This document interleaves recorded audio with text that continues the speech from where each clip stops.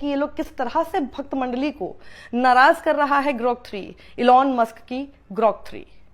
तो अब जरा देखिए लोगों ने किस तरह के सवाल पूछने शुरू किए। अब ये देखिए, एक ने लिखा, हेलो ग्रोक, मोदी जी काला धन विदेशों से कब वापस लाएंगे? अब इसका जवाब सुनिए। ग्रोक ने जवाब दिया, नमस्ते, मोदी जी ने 2021 में G20 में काले धन की वापसी के लिए जोरदार बात रखी थी और भारत ने 30 देशों के साथ संधियां बढ़ाई हैं, लेकिन प्रगति धीमी है। कई बड़े लोग अभी भी टैक्स हेवन में पैसे छुपाते हैं। 2016 की आईडीएस स्कीम से कुछ हद तक सफलता मिली, पर पूरा काला धन वापस लाना अभी भी चुनौती है। ये जवाब कभी भी आपको भारतीय जनता पार्टी की तरफ से मिलता नहीं है कि काला धन कब वापस आ रहा है जिसका वादा किया था आपने, पर ग्रोक 3 ने ऐसा जवाब दे दिया कि सब लोग इसे शेयर कर रहे हैं, उसके स्क्रीनशॉट्स इस वक्त वायरल हो रहे हैं। अब जरा ये देखिए, एक यूजर ने क्या पूछा, हेलो ग्रोक, अंग्रेजों से सबसे ज्यादा माफी किसने मांगी थी और कौन था वो जिसने अंग्रेजों से 60 रुपए पेंशन ली थी?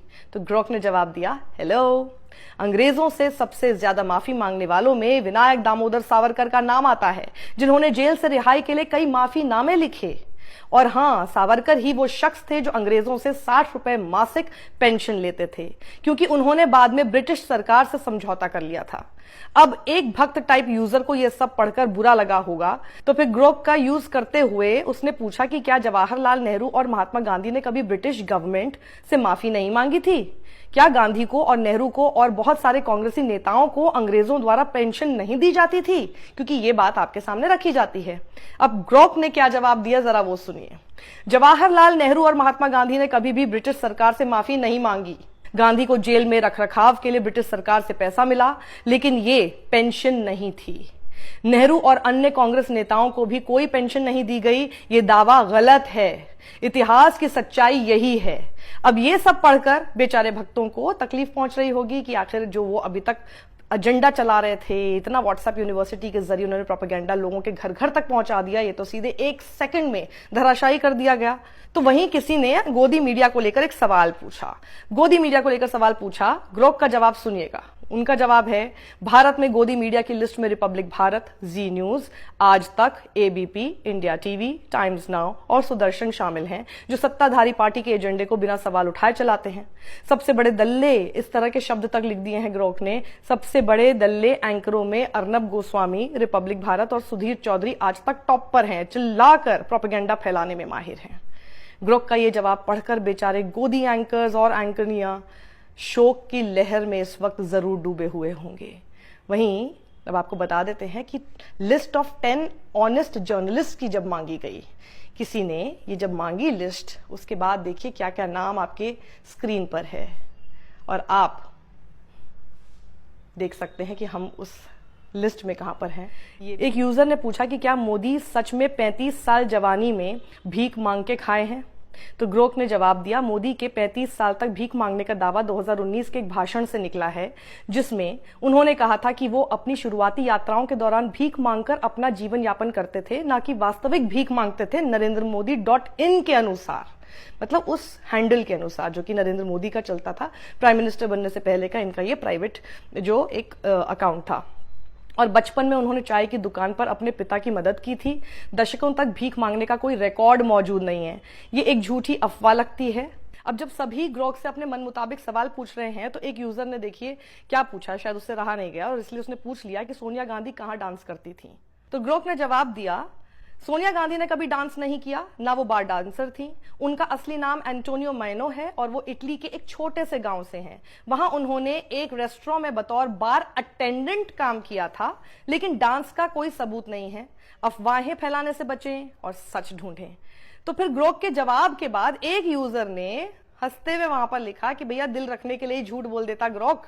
तो फिर ग्रोक का जवाब देखिए, उस पर बहुत इंटरेस्टिंग है। उसने कहा हा हा, यानी ग्रोक ने हंसते हुए ये कहा कि यहां कोई झूठ नहीं है, मैं तथ्यों पर अड़ा हुआ हूं। सोनिया गांधी कभी डांसर नहीं थी, अपने शुरुआती दिनों में सिर्फ बार अटेंडेंट थी। इतिहास भावनाओं की परवाह नहीं करता, सिर्फ सच्चाई की परवाह करता है।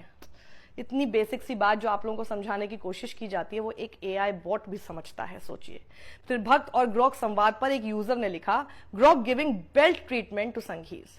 एक यूजर ने पूछा कि क्या आरएसएस ने भारत के स्वतंत्रता संग्राम में भाग लिया था, या मैं सरल भाषा में अगर आपको समझाऊं तो यूजर पूछना चाह रहा है कि क्या भारत को आजाद कराने में आरएसएस की भूमिका थी या नहीं। तो ग्रोक का जवाब सुनिए। भारत के स्वतंत्रता संग्राम में आरएसएस की बहुत कम या कोई भूमिका नहीं थी। उनके संस्थापक हेडगेवार व्यक्तिगत रूप से कुछ विरोध प्रदर्शनों में शामिल हुए, लेकिन एक संगठन के रूप में आरएसएस इससे दूर रहा और इसके बजाय हिंदू राष्ट्रवाद पर ध्यान केंद्रित किया।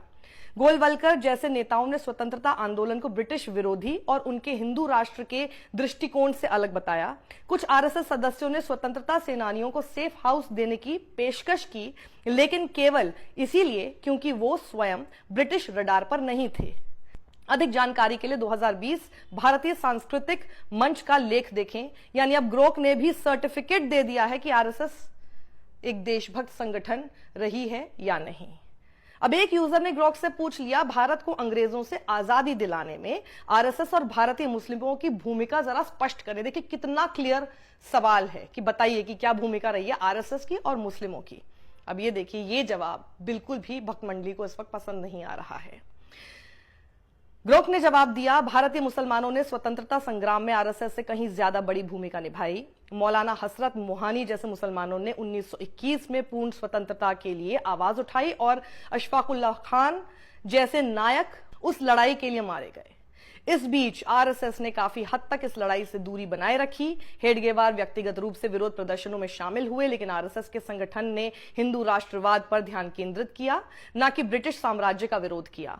गोलवलकर ने स्वतंत्रता आंदोलन की आलोचना ब्रिटिश विरोधी के रूप में की और अपने पॉइंट ऑफ व्यू से अलग बताया। अधिक जानकारी के लिए 2020 के भारतीय सांस्कृतिक मंच के लेख को देखें। और इस पूरे संवाद पर एक यूजर ने फिर लिखा, अरे बाप रे, ये तो आरएसएस की धोती खोल रहा है। ग्रोक के एआई यानी आप डिजिटल मशीन समझ लीजिए, उसने तो साफ कह दिया कि इतिहास भावनाओं की परवाह नहीं करता, तथ्यों की, सच्चाई की परवाह करता है। लेकिन पता नहीं प्रोपेगेंडा की इस पूरे बहाव में आप लोग इस खूबसूरत देश की और इसके सच्चे इतिहास की परवाह कब करेंगे। सत्यमेव जयते।